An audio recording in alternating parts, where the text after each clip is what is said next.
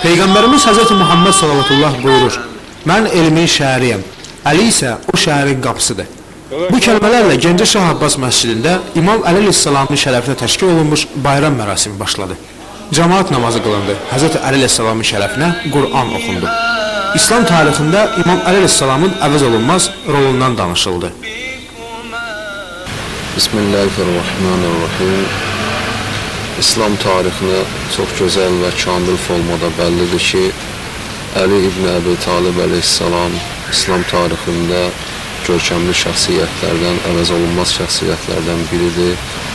Əli ibn Əbi Talib əleyhissalamın mübarək doğum günü qeyd olundu.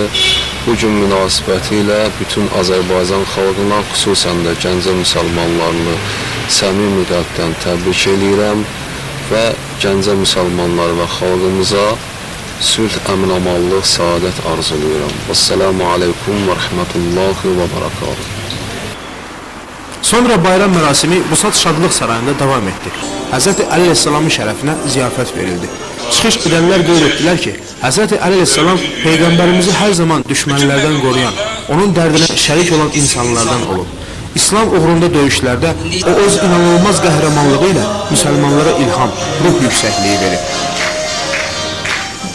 Həzrət Əlinin ümumiyyətlə bəşərin ən böyük xilaskarı kimi Allah Teala onu mən edərəm ki, indinin, gələcəyi, belə keçmişin də, indinin də, gələcəyin də, necə deyim ki, ən dəyərli şəxsiyyəti, insanlığı bərqərar edən, saflığı bərqərar edən, imanı bərqərar edən, vicdanı bərqərar edən, ədaləti bərqərar edən mən Əlidə görürəm, Əli yolunda, Sırat-ül Müstəqim yolunda görürəm.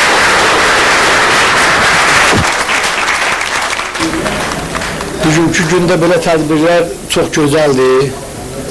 Şükür olsun ki, bizə belə fürsətlər veriblər. Yəni, gözəldir belə tədbirlər. Tez-tez keçirmək lazımdır. Allah gənclərə versin. Bu cür tədbirlər gənclərin, ümumiyyətlə insanların tərbiyəsində çox böyük əhəmiyyətə malikdir. Çünki Peyğəmbər məktəbi, onun məktəbinin davamçısı Həzrəti Əli, İmam Hüseyin məktəbləri böyük məktəbdir və onun məzmununu insanlara başa salmaq, onların oturuşunu, duruşunu, əxlaqını insanlara təbliğ eləmək çox nəcib bir işdir və ümum tərbiyə işində çox böyük əhəmiyyətə malikdir. Bayram mərasimində gənclər İmam Əli əleyhissalamın şəninə həsr olunmuş surud və mahnılar səsləndirdilər.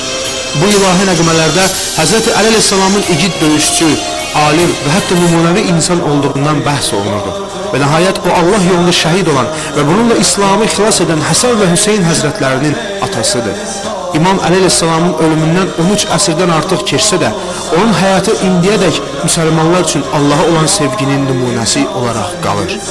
İlqar Ağayev, Vaqif İbrahim Xəlil, Fərrux Qafarov, Xəbər Plus.